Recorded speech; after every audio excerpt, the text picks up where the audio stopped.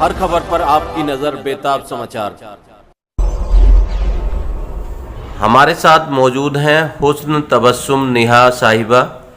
हुस्न तबस्सुम नेहा साहिबा, आप साहित्यकार हैं, आपने तकरीबन बहुत सारी किताबें लिखी हैं।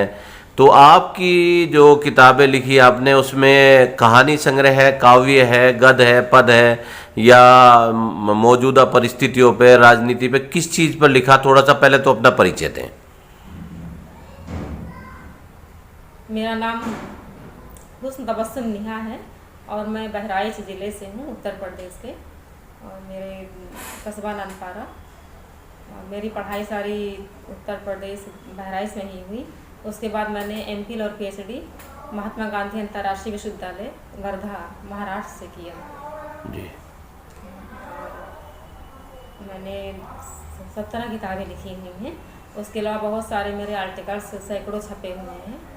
और मैंने नावल्स लिखे हैं, कहानी संग्रह मेरे हैं, कविता संग्रह हैं, संपादित पुस्तकें हैं और रिसर्च बुक है।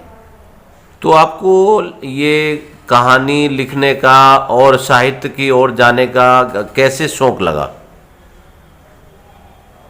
ये शौक मुझे बचपन से ही था।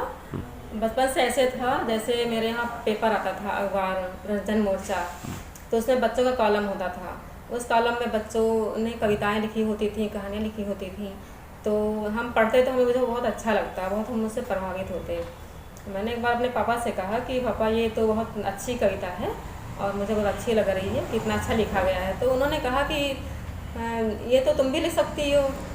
मैंने कहा कैसे? तो उन्होंने बोला कि तुम हिंदी के बहुत सारे पर्यायवाची शब्द याद कर लो तो कविता लिखने लगोगी। और उस दिन से मैंने सोचा कि हाँ, ये मैं कर सकती हूँ। फिर मैंने वो लिखना शुरू किया। पहले मैंने बच्चों की कविताएं और छोटी छोटी कहानियाँ लिखी और वो छपने लगी पत्रिकाओं में, जैसे बालहंस वगैरह हैं, ये पत्रिकाएं छोटे छोटे बाल पत्रिकाएं आती थी, उसमें छपी। उसके बाद थोड़े और हम मैच्योर हुए तो शेर व शायरी करने लगे। तो पहली हमारा शेर था, अनगिनत फूल चुने थे मैंने तेरी राहों के, काश तूने भी मुझे कोई सदा दी होती।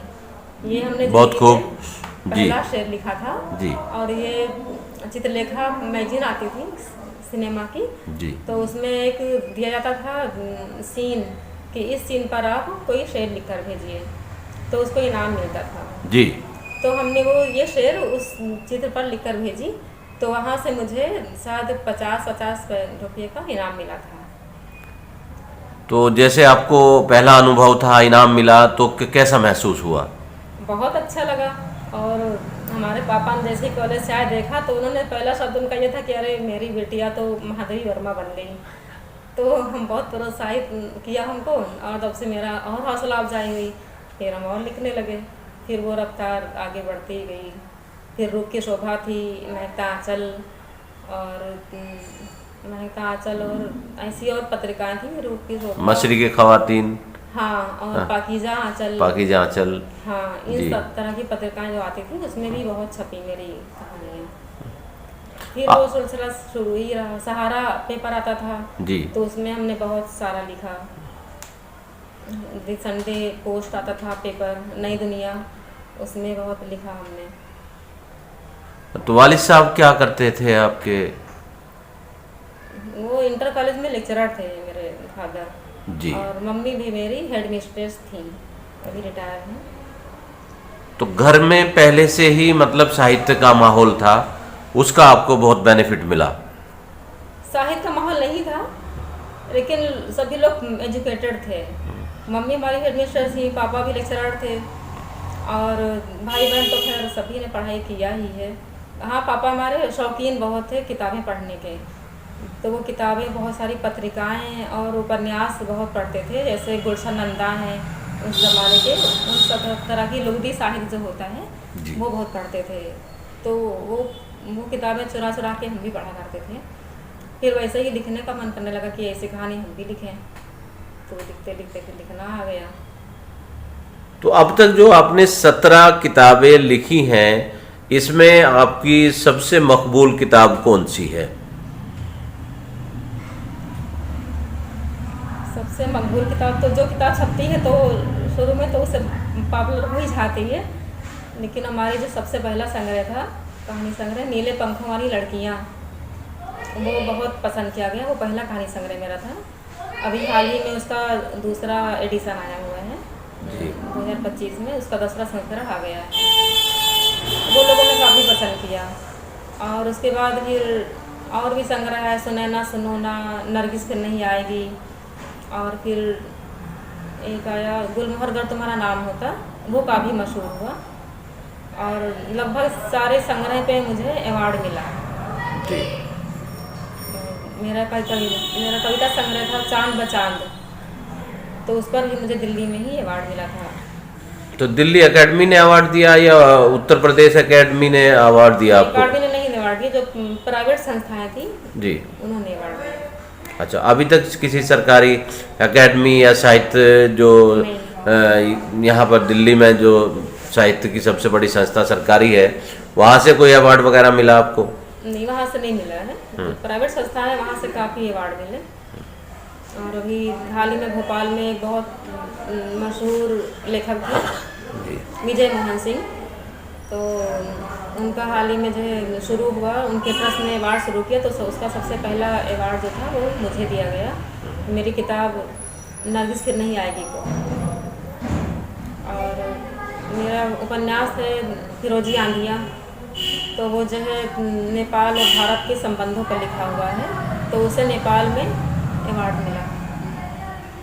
अब जैसा मौजूदा हालात में जैसे भौतिकवाद का दौर बढ़ रहा है और साहित्य की ओर हमारा युवा बहुत कम जा रहा है, और देखने में तो ये भी आया है कि किताबों की तरफ जो है कुछ चलन कम हुआ है पढ़ने का। लोग व्हाट्सएप यूनिवर्सिटी और इंटरनेट वगैरह पे ज़्यादा डिजिटलाइजेशन का दौर हुआ है, तो इसे किस तरह से देखती हैं आप? किताबें ज़्यादा बेहतर हैं या डिजिटलाइजेशन ज़्यादा बेहतर है, क्या मानते हैं आप? ज़्यादा बेहतर तो किताबें ही हैं, किताबें हमेशा थी, अभी भी ज़्यादा बेहतर किताबें ही हैं।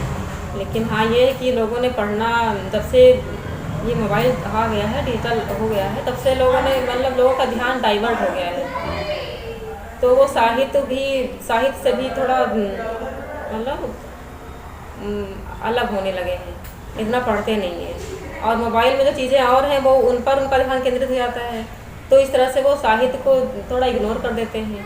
हालांकि जो है जो पढ़ने वाले हैं तो वो किताबें खरीदते हैं, पढ़ते भी हैं। तो आपके जो स्टूडेंट्स हैं या जो हमारे युवा हैं और ख़ासतौर से भारतवासियों को क्या संदेश है आपका? हमारा ये संदेश है कि आप लोग पढ़िए, अच्छे साहित्य को जगह दीजिए, उनसे सीखिए। और साहित्य आपके लिए लिखा जा रहा है तो उन्हें पढ़ना भी चाहिए साहित्य को। और साहित्य कहते हैं कि साहित्य ही समाज का दर्पण है, तो जो साहित्य आज का है तो वही कल का जो आएगा दौर, तो उसमें ये दिखाएगा, साहित्य ही दिखाएगा कि जो पिछला दौर था वो हमारा कैसा दौर था। तो इसलिए साहित्य को अपने साथ लेकर चलना चाहिए युवाओं को। महिलाओं में और जो पुरुषों में की बात की जाए तो साहित्य में महिलाओं का भविष्य कैसा देखती हैं आप? महिलाओं का भविष्य किस रूप में? जैसे कि महान पुरुष प्रधान समाज कहा जाता है, उस परिप्रेक्ष्य में, और महिलाओं को जैसे बचपन से ही पहले घर में थोड़ा उनको वो आज़ादी नहीं थी, फिर उसके बाद जो है शादी हो जाती है, जो उनका वैवाहिक जीवन है उसकी पे बहुत सारी बंदिशें होती हैं। ऐसे में साहित्य की ओर लगातार साहित्य में बने रहना, साहित्य से जुड़े रहना, महिलाओं को किस तरह से देखती हैं आप? अब तो इतना नहीं है, पहले तो हाँ काफ़ी था कि पुरुष प्रधान समाज है तो पुरुष की मर्जी से ही सब होगा। और यहाँ तक कि जो लेखिकाएँ थीं, कुछ लेखिकाएँ ऐसी थीं कि उनके पति नहीं पसंद करते थे कि उनके पत्नियाँ राइटर बने या कुछ लिखें, तो उनका विरोध करते थे। लेकिन अब वो चीज़ें बदली हैं, अब लेखिकाएँ भी काफ़ी सामने आ रही हैं और बहुत ज़्यादा संख्या में लेखिकाएँ आ रही हैं सामने और लिख रही हैं। तो लेखिकाओं का तो टाइम मतलब वक्त अच्छा चल रहा है, काफ़ी लिख रही हैं वो लोग। और स्त्री विमर्श पे लिख रही हैं, तो उसका भी असर पड़ा है इस तरह की स्थिति पे। जब से स्त्री विमर्श शुरू हुआ है तो स्त्रियों की दशा पर भी असर पड़ा है। हमारे दर्शकों को क्या संदेश है आपका? आपके दर्शकों को यही संदेश मेरा है कि आप लोग साहित्य को जगह दीजिए, साहित्य को भी पढ़िए और उस पर अपना जितना टाइम देते हैं मोबाइल को अब या डिजिटल जो चीज़ें हैं उन पर ध्यान रखते हैं, तो उससे अगर थोड़ा टाइम निकाल के आप साहित्य को भी पढ़िए और समझिए कि साहित्य क्या है। क्योंकि साहित्य ही हमारी जो है रीढ़ की हड्डी है और साहित्य ही हमें ज़मीन से जोड़ती है। इसलिए साहित्य को टाइम देना चाहिए, उसे पढ़ना चाहिए, उससे काफ़ी कुछ हम सीख सकते हैं। बेताब समाचार एक्सप्रेस से बातचीत करने के लिए बहुत बहुत शुक्रिया। बहुत बहुत शुक्रिया आपका।